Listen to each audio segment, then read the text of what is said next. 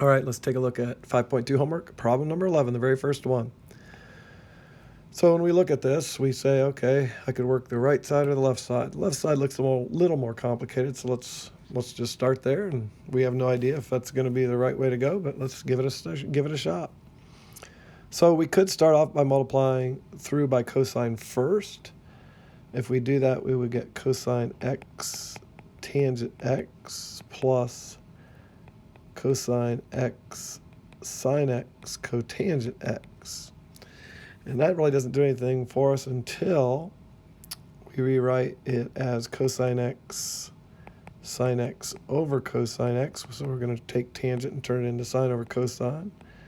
Cosine x sine x times cosine x over sine x for the cotangent. So you can see that we have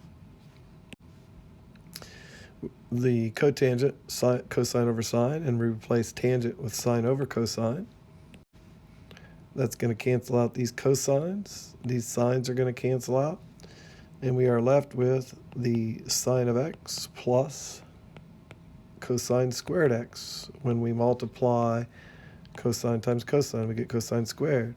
And of course, that equals the other side, which says the same thing, sine x plus cosine squared x.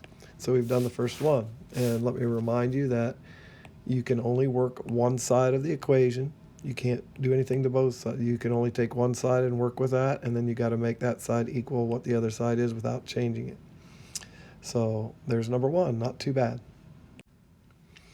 For number 13, we have 1 minus tangent quantity squared over equals, secant squared minus 2 tangent.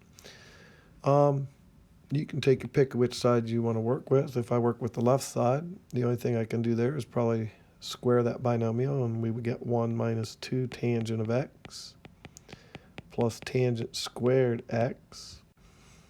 And we know that tangent squared plus 1 equals secant squared. So we'll have secant squared.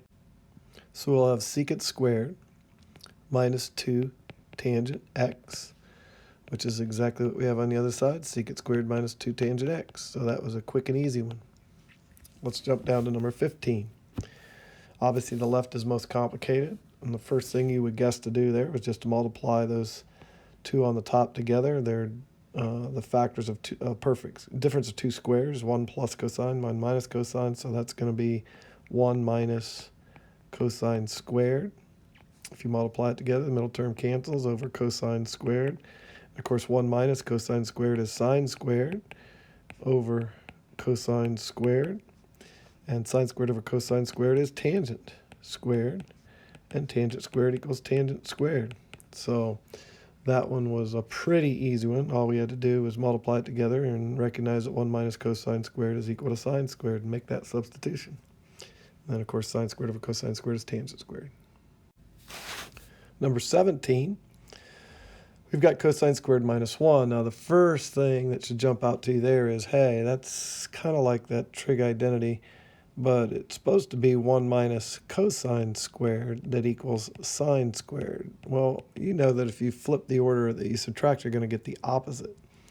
So that means that cosine squared minus 1 is going to equal negative sine squared x. So we have that. Cosine squared minus 1 equals sine squared x. And so that's going to be a negative sine squared x, over cosine x. And then that's just going to be a negative sine x over cosine x times sine x, because sine x times sine x is cosine, or sine squared x.